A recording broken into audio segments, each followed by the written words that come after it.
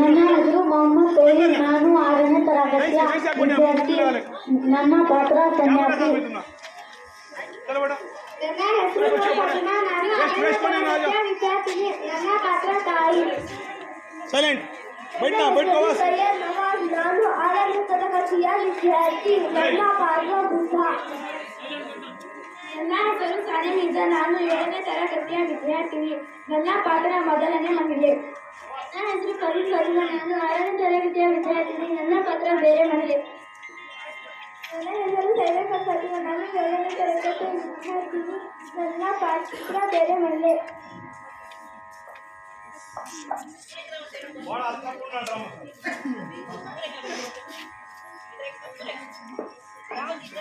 ಭಕ್ತಿ ಭಿಕ್ಷಾಂದಿನಿ, ಭಕ್ತಿ ಭಿಕ್ಷಾಂದಿನಿ. ಅಮ್ಮ ಅಮ್ಮ ಯಾರಿದ್ದೀರಾ? ಮನೆಯಲ್ಲಿ ಸನ್ಯಾಸಿ ಬಂದು ನಿಮ್ಮ ಬಾಗಿಲಿನಲ್ಲಿ ನಿಂತಿರುವೆ ತಾಯಿ. ಗುರುವಿನ ಅಣ್ಣತೆಯಂತೆ ನಿಮ್ಮ ಬಾಗಿಲು ಬಂದಿರುವೆ.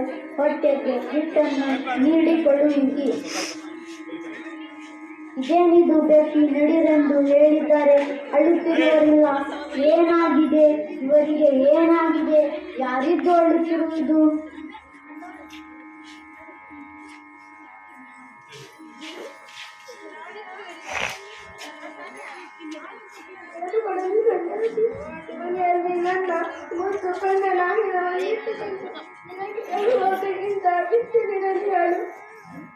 ಏನಮ್ಮ, ನಿನ್ನ ಮಗ ಸತ್ತಿದ್ದಾನೆ? ಅವನ ದುಃಖದಲ್ಲಿ ಹತ್ತಿದೆ ಈ ನಿನ್ನ ಮಗನಿಗೆ ಜೀವಂತವಾಗಿ ನೆರಳಿಸುತ್ತೀಯ. ಇದು ತಾಯಿಯಾದ ನಿನಗೆ ಸರಿಯೋ? ನನ್ನ ಮಗನಿಗೆ ಮುಟ್ಟಿನಿಂದ ಸಾಕಿದ್ದೆ. ಅದರಲ್ಲಿ ನನ್ನ ಆಡುತ್ತಿದ್ದಂತೆ ಕಣ್ಣು ಮುಚ್ಚಿಕೊಂಡ. ಈ ಕಣ್ಣನ್ನು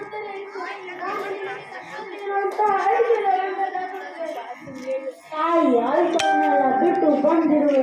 ನಿನಗೆ ಮತ್ತು ಐಶ್ವರ್ಯ ಕೊಡುವೆಯ?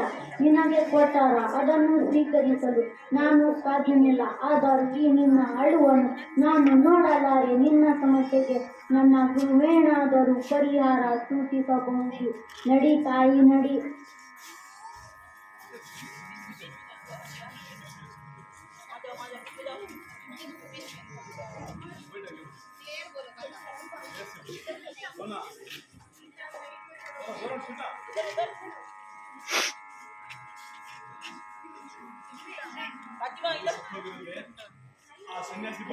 ಇವರೇ ತಾಯಿ ಗುರುಗಳು. ನಿನ್ನ ಸಮಸ್ಯೆಯನ್ನು ಅವರಲ್ಲಿ ತೋರಿಸು.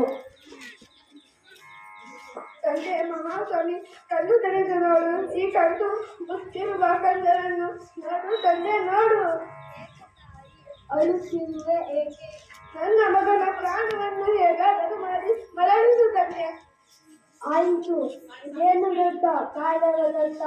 ಆದರೆ ನೀನು ಒಂದು ಕೆಲಸ ಮಾಡಬೇಕಲ್ಲ. ಏನು ಮಹಾಸ್ವಾಮಿ, ಹೇಳು. ರಕ್ತದರ್ಪಣೆ ಮಾಡದೆ ಹೇಳು. ನನ್ನ ಮಗನಿಗೋಸ್ಕರ ಮಾಡಲು ನಾನು ಸಿದ್ಧನು. ತಾಯಿ, ಹೋಗು. ಒಂದು ಮನೆಯಲ್ಲಿ ಇಳಿ ಸಾಕುವೆ ಕಾಳು ತೆಗೆದು ಕೊಂಡು ಬಾ.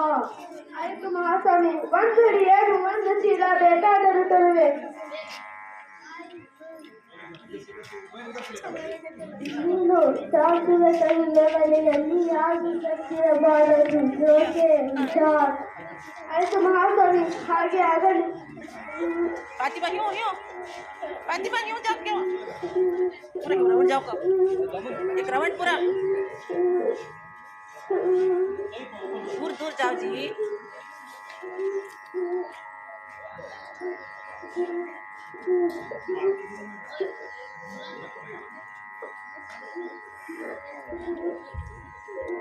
ಅಮ್ಮ ಅಮ್ಮ ಯಾರಿದ್ದಾರೆ?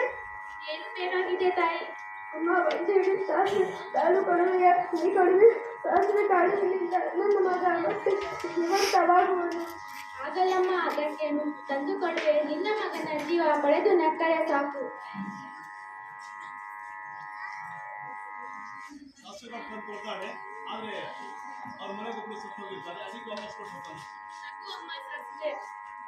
ಆದರೆ ನಿಮ್ಮ ಮನೆಯಲ್ಲಿ ಯಾರಾದರೂ ಸತ್ತಿದ್ದಾರೆ? ಹೌದು ತಾಯಿ, ನಮ್ಮ ಮನೆಯಲ್ಲಿ ನಮ್ಮ ಅಜ್ಜ ಸತ್ತಿದ್ದಾರೆ. ಹಾಗಾದರೆ ನೋಡಬಹುದು ಈ ಶಾಸ್ತ್ರ ನನಗೆ ಸಾವಿರದ ಮನೆಯಲ್ಲಿ ಶಾಸ್ತ್ರ ಕಾಣಬೇಕು. यहाँ तक अभी आओ जी इधर अभी बोले तक आओ आपको जाओ ಅಮ್ಮ ಅಮ್ಮ ಯಾರಿದ್ದಾರೆ ಮನೆಯಲ್ಲಿ? ತಾಯಿ ಅಮ್ಮ ನಿಮ್ಮ ಮನೆಯಲ್ಲಿ ಯಾರಾದರೂ ಸತ್ತಿದ್ದಾರೆ? ತಾಯಿ ನನ್ನ ಮನೆಯಲ್ಲಿ ನನ್ನ ಗಂಡ ಸತ್ತಿರುವನು.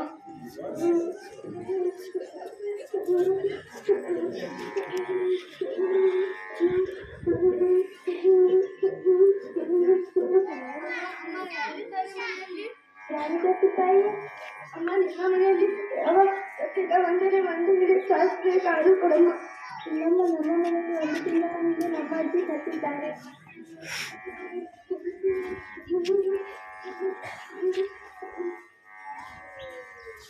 ಶಾಸ್ತ್ರೀಯ ಕಾರು ಜೀವಂತ ಮಾಡುವೆ.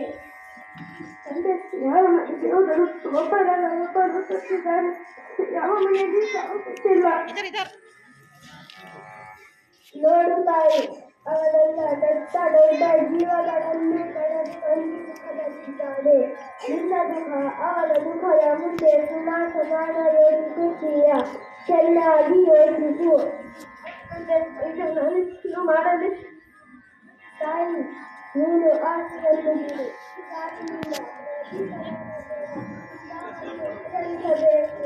ಆಸೆಯೇ ದುಃಖಕ್ಕೆ ಮೂಲ. ಆದ್ದರಿಂದ ನೀನು ಆಸೆ ಭಯ ಎರಡನ್ನು ಬಿಡು. ಆಗ ನಿನಗೆ ಮುಕ್ತಿ ಸಿಗುತ್ತದೆ.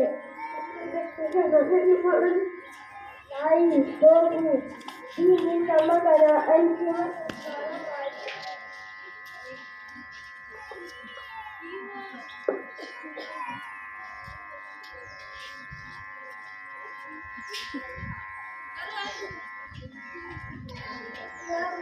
शरणं गच्छामि संघं शरणं गच्छामि. ಸಾಯುವುದಕ್ಕಿಂತ ಮುಂಚೆ ಮಾನವ ಒಳ್ಳೆಯ ಕಾರ್ಯಗಳನ್ನು ಮಾಡಬೇಕು.